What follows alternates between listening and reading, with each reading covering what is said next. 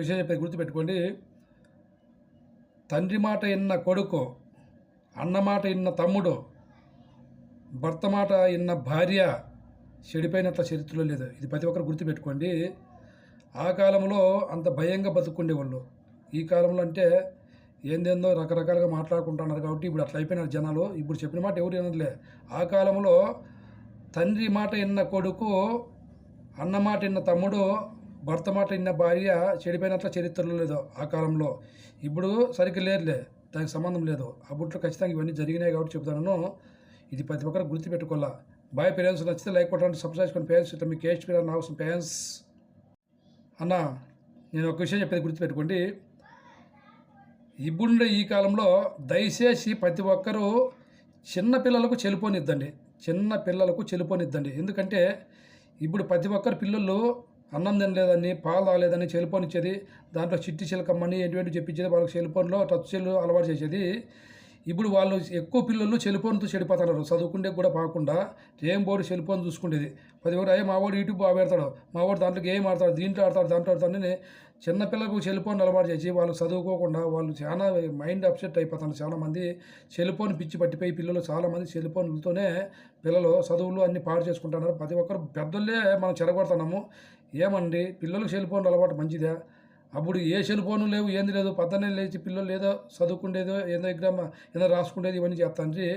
ఇప్పుడు అన్ని పిల్లలకు సెల్ఫోన్లు అలవాటు చేసి పెద్దోళ్ళు సెల్ఫోన్లు పిల్లలకి ఇచ్చి వాళ్ళ మైండ్ చెడగొడుతున్నారు. దయచేసి చిన్న పిల్లలకు సెల్ఫోన్ ఇద్దండి ప్రతి ఒక్కరికి ముక్కుతాండ. బాయ్ ఫ్రెండ్స్, నచ్చితే లైక్ కొట్టండి, సబ్స్క్రైబ్ కొట్టండి ఫ్రెండ్స్.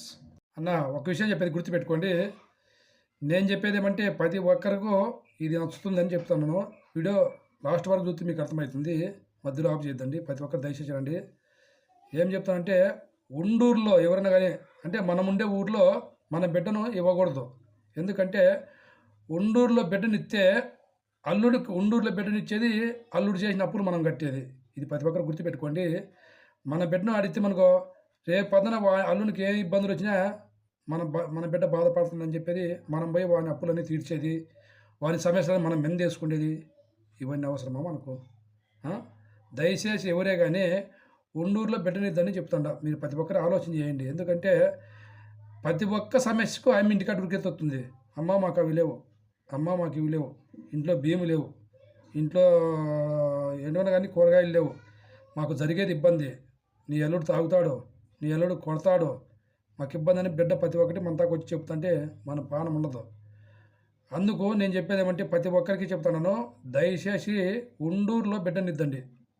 ప్రతి ఒక్కరికి పెద్దలు ఏం చెప్పినంటే ఒక దిన్నైనా అడ్డం ఉండాలంట.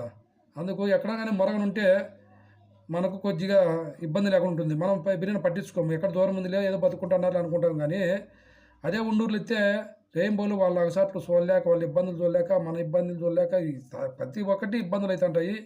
వాడు కొట్టేది, తిట్టేది, ఇవన్నీ చాలా ఇబ్బందులు అవుతాయి బిడ్డకు.